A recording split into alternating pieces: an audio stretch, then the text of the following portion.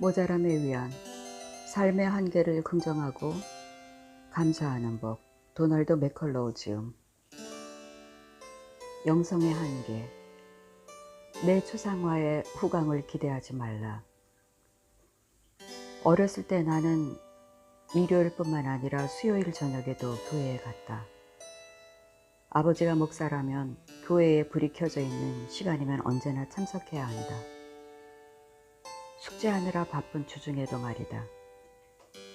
일요일 저녁에 예배에 참석하는 것은 무척 고달팠다. 한 주간에 가장 재미있는 텔레비전 프로그램을 놓쳐야 했으니 말이다.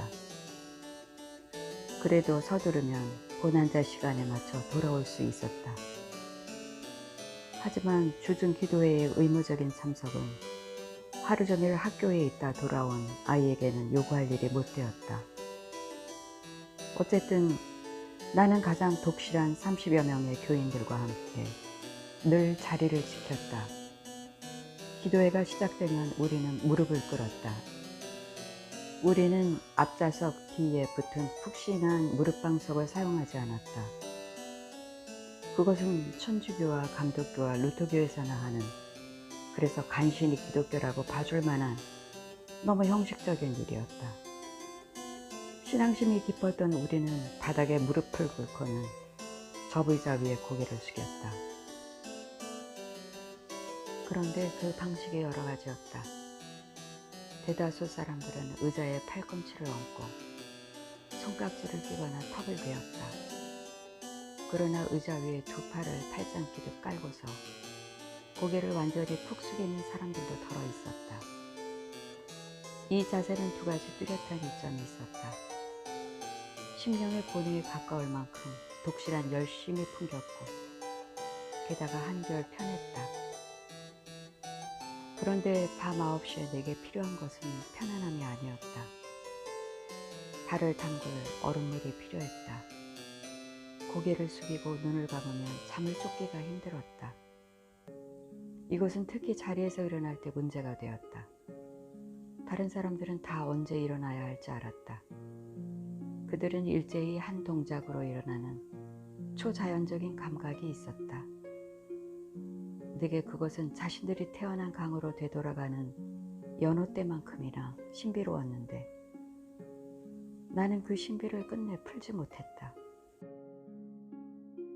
그래서 나는 코 푸는 소리나 바스락거리는 발소리에 신경을 곤두세워야 했는데 자면서 그러기란 쉽지 않았다. 모두 얌전히 일어나 의자에 다시 앉았다가 마침내 기립하여 마지막 찬송을 부를 때까지 나는 계속 무릎을 꿇은 자세였다. 과연 영성이 대단한 아이, 진짜 기도의 용사, 진정한 하나님의 청년이 아닌가. 실제로 내가 꿈을 꾸고 있었다는 사실은 내 안에 영적 열등감을 불러일으켰다. 남들은 다 기도하고 있는데 나는 어찌 잠들 수 있단 말인가. 사이비가 된 기분이었다. 그것은 시작에 불과했다. 결국 나는 목사가 되었고 사람들은 나를 경건한 사람으로 보았다. 그러나 나 자신에게 나는 언제나 조음을 쫓지 못하던 그 소년이었다. 나는 하나님께 이용당하고 있는 것 같았다. 사람들은 내 설교와 상담과 기타 목회 사역에서 유익을 얻었다. 그러나 만일 내가 보는 내 모습을 초상화로 그렸다면 후광이 한참 내려와 목에 둘려 있었을 것이고 얼굴은 마치 뻔뻔한 위선을 저지르다 발각된 것처럼 멋쩍은 웃음을 띄었을 것이다. 내 기도는 누구의 기도보다도 능력이 없어 보였고 나야말로 교인들보다 더 도움이 필요한 사람이었다. 목회 경륜이 쌓이면서 나는 나만 그런 기분이 드는 것이 아님을 알게 되었다. 우리 교인들도 자신이 영적 실패자 같다고 고백하곤 했다. 그들은 하나님께로 도약하려고 애쓰는 듯 했지만 항거할 수 없는 중력에 이끌려 땅에서 발조차 떼지 못했다. 그들은 낙관적 약속과 급속한 추락의 끝없는 악순환에 지쳐갔고 자신이 쓸모없게 느껴졌다. 자신의 영성이 대단한 줄 아는 사람들도 있었지만 그들의 상태는 본인의 생각만큼 썩 좋지 못했다. 분명히 말하지만 누구도 그런 사람들 곁에 있고 싶지 않았을 것이다. 땅에서 발을 떼어 초월의 세계를 만지고 싶은 열방은 교회나 회당이나 사원에 다니는 사람들에게만 국한된 것이 아니다. 여론조사에 따르면 미국인의 90% 이상은 하나님 혹은 하나님에 상응하는 것, 예를 들어 더 높은 힘을 믿고 있고 약 80%는 기도를 자기 삶의 중요한 부분으로 보고 있으며 45% 정도는 정기적으로 예배에 참석하고 있다. 요즘 락스타든 정치가든 그 누구와의 인터뷰를 들어도 이런 말이 거의 빠지지 않는다. 나는 종교적이지는 않지만 아주 영적이다. 의미가 묘연한 말이지만 전통 제도는 부정하면서 자기만의 영적 생활은 인정한다는 내용 같다. 어쩌면 당신도 똑같이 말할지 모른다. 하지만 당신이 오순절 교회에서 팔을 흔들고 있든 천주교에서 분향을 하고 있든 장로교회에 똑바로 앉아있든 깨달음을 얻고자 명상을 하고 있든 메카를 향하여 기도하고 있든 자연과 교감을 이루고 있든 보름달 달빛 아래 주문을 외고 있든 필시 당신은 신과 말을 주고받는 사이가 되고 싶고 당신과 하나님 사이가 정상이기를 원하고 어떻게든 당신이 삶의 신비로운 힘과 접촉하고 있다고 느끼고 싶을 것이다. 당신은 영적으로 자라기 원하며 땅에서 발을 떼려고 나름대로 최선을 다하고 있을 것이다. 그러나 날기란 쉽지 않을 것이다. 당신도 칼 샌드버그처럼 이렇게 말할지도 모른다. 내 안에는 비상하고자 하는 독수리가 있다. 또한 내 안에는 진흙탕에서 뒹굴고 싶은 하마가 있다. 틀림없이 당신도 영성의 한계를 익히 알고 있을 것이다. 뜻밖의 선언. 성 아우구스티누스는 하나님의 도성에서 이 한계의 원인과 그것이 주는 위안을 함께 설명했다. 이제 아담은 온 지면에 흩어져 있다. 이전에 한 곳에 있었으나 그는 타락했고 그렇게 산산조각난 그의 파편이 온 우주를 뒤덮었다. 그러나 하나님의 자비는 사방에서 그의 조각들을 한데 모아 사랑의 용광로에 녹여 깨어져 있던 연합을 다시 맞추었다. 아우구스티누스는 영적 한계는 인간 조건에 내재된 것이라고 말한다. 아담의 불순종은 그의 모든 후손에게 퍼졌다. 그는 높아지려다가 추락했고 우리도 다 그 잔해의 일부다.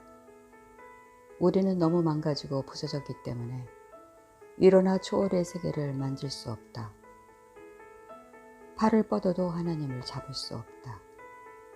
그러나 여기 기쁜 소식이 있다. 인간의 노력으로 할 수 없는 일을 하나님의 자비로 이루어 주셨다.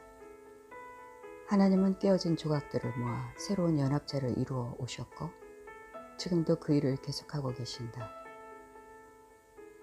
영성의 한계 앞에서 우리는 하나님의 역사를 의지하는 것 외에 다른 방법이 없다. 은혜에 의존할 수밖에 없는 것이다. 산상수훈에서 예수님은 심령이 가난한 자는 복이 있나니 천국이 그들의 것이며 라고 하셨다. 이미 익숙한 말이라서 그렇지 실은 회개망측하다 못해 틀렸다고 생각될 말이다. 심령이 풍성한 자는 복이 있나니 라고 하셔야 옳지 않은가. 다른 사람도 아니고 그분이라면 막강한 영성을 길러온 사람들, 다른 사람들을 도울 수완도 있고 자신이 힘들 때 의지할 내적 자원도 있는 그런 사람들을 복되다고 하셔야 하는 것 아닌가. 그런데 그분은 기가 꺾인 사람들이 복이 있다고 선언하신다. 심령의 세계에서 넉마주의처럼 느껴지는 사람들에게 축하를 건네신다. 본문에 가난하다라는 말은 헬라어로 움츠리다, 굽실거리다를 의미하는 동사에서 왔다. 그러니까 이는 그저 좀 더 부자가 되었으면 하고 바라는 사람들이 아니라 비참하게 가난한 사람들을 가리킨다. 뭐라도 좀 있었으면 하는 사람들, 어떻게 해볼 도리가 없는 사람들, 바닥까지 내려간 사람들, 하나님과 더 가까워지려고 해보았지만 아직도 아득하기만 한 사람들을 가리킨다. 심령이 가난한 자들은 자신을 성인으로 여기지 않는다. 자기는 기도의 능력도 없는 것 같고 전능자의 주목을 받을 자격도 전혀 없는 것 같이 느껴진다. 다른 사람들이 영적 승리와 이적과 기사와 황홀경을 간증하면 심령이 가난한 자들은 의자 밑으로 기어들고 싶어진다. 그런데 왜 예수님은 그런 사람들을 복이 있다고 하셨을까? 천국이 그들의 것이다. 헬라어 문장의 단어 배열을 보면 천국, 생명과 치유를 주는 하나님의 능력 충만한 통치가 정확히 그들, 즉 심령이 가난한 자들을 위하여 존재한다는 의미가 강조된다. 하나님의 통치는 은혜의 통치인 까닭이다. 영성의 한계에 이르는 자들은 복이 있다. 빠를수록 좋다. 그들은 하나님의 은혜에 의지하는 것 말고는 다른 수가 없기 때문이다. 은혜를 의지함. 물론 의지할 은혜가 정말로 충분히 존재하느냐 여부에 따라 모든 것이 달라진다. 당신은 은혜가 필요하여 은혜를 바랄 수 있다. 그러나 그런 은혜가 존재하지 않는다면 낭패다. 당신이 알아서 얻어내야 하고 행위로 당신의 가치를 입증해야 하고 자력으로 성공해야 한다면 한마디로 당신은 이만저만 낭패가 아니다. 이제 당신은 하나님께 도달하고자 계속 땀 흘리고 수고하는 수밖에 없다.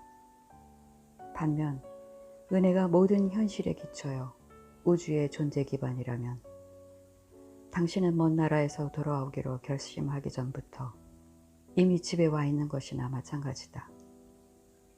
당신은 심호흡을 하고 탁자에 두 발을 올려놓고 복권에 당첨된 것보다 더 호탕하고 자유롭게 웃을 수 있다. 이 부분은 내 개인의 신앙 전통에 따라 말할 수밖에 없겠다. 기독교의 기초는 예수님의 가르침이며 그분은 심령이 가난한 자들에게 복 주시는 분이다. 그분의 출생과 삶과 죽음과 부활이 선포하는 한 가지 놀라운 핵심 진리는 하나님은 사랑이시라는 것이다. 그리스도인들이 믿는 대로 예수님이 정말 하나님의 자기 계시라면 하나님의 존재 양식은 바로 은혜다. 하나님의 본질적 성품은 자비다. 하나님의 영원한 행동은 우리를 향하고 우리를 위한다. 은혜란 우리가 하나님께 가려는 생각조차 하지 못할 때 이미 그분이 우리를 품으셨다는 뜻이며 우리가 뉘우침과 회개는 고사하고 자기 잘못을 알기도 전에 이미 하나님이 우리를 용서하셨다는 뜻이다. 프랜시스 톰슨의 표현대로 은혜라는 하나님이 천국의 순례가 되어 밤낮 없이 쉬지 않고 우리를 추적하신다는 뜻이다. 은혜란 가장 깊고 심각한 두려움을 불러일으키는 죽음조차 더 이상 두려울 것이 없다는 뜻이다. 은혜란 모든 것이 전복되었다는, 아니 모든 것이 처음 상태로 되돌려졌다는 뜻이다.